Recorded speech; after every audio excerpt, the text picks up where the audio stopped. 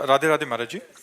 महाराज जी, क्या श्री जी लाखों भक्तों की एक साथ उठी पुकार को सुनती हैं? जब सभी हृदय से एक ही भाव से ही मांगते हैं कि हमारे गुरुदेव, उनकी आयु बढ़े, उनका शारीरिक कष्ट कम हो, तो क्या वो करुण पुकार श्री जी तक पहुंचती है?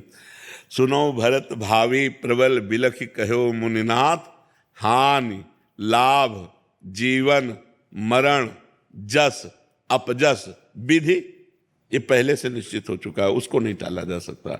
जिस दिन इस शरीर की मृत्यु होनी उस दिन होनी ही है, चाहे 50 करोड़ लोग विनय करो तो 5 सेकंड नहीं बढ़ाया जाएगा। ये अगर बढ़ाया जा सकता, आप विचार करके देखिए, तो जिनके पुत्र भगवान श्री राम हैं, उन माता कौशल्या को विधवा क्यों होना पड़ता है? क्या वो अपने पिता दशरथ जी को?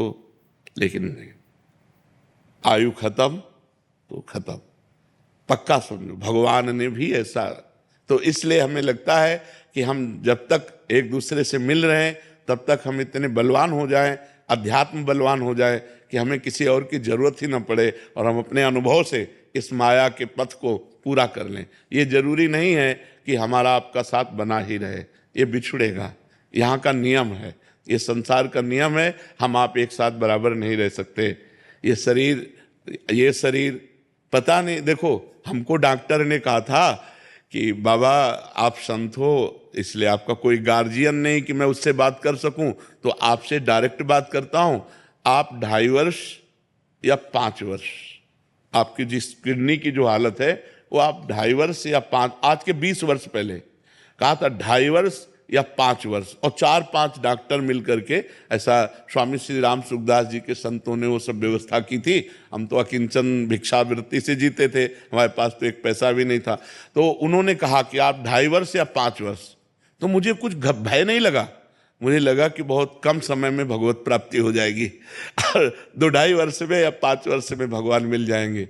20 वर्ष हो गए, ये भगवान के विधान को जाना नहीं जा सकता।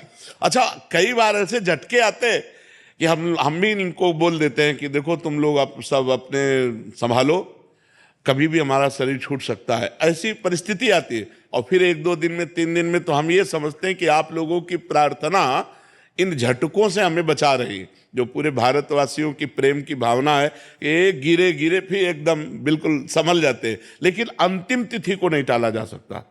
जो अंतिम तिथि है उसे नहीं टाला जा सकता, वो निश्चित है, वो हमारी भी समझ में नहीं है और किसी की समझ में नहीं है। वो जब आएगी तो किसी की प्रार्थना काम नहीं करेगी।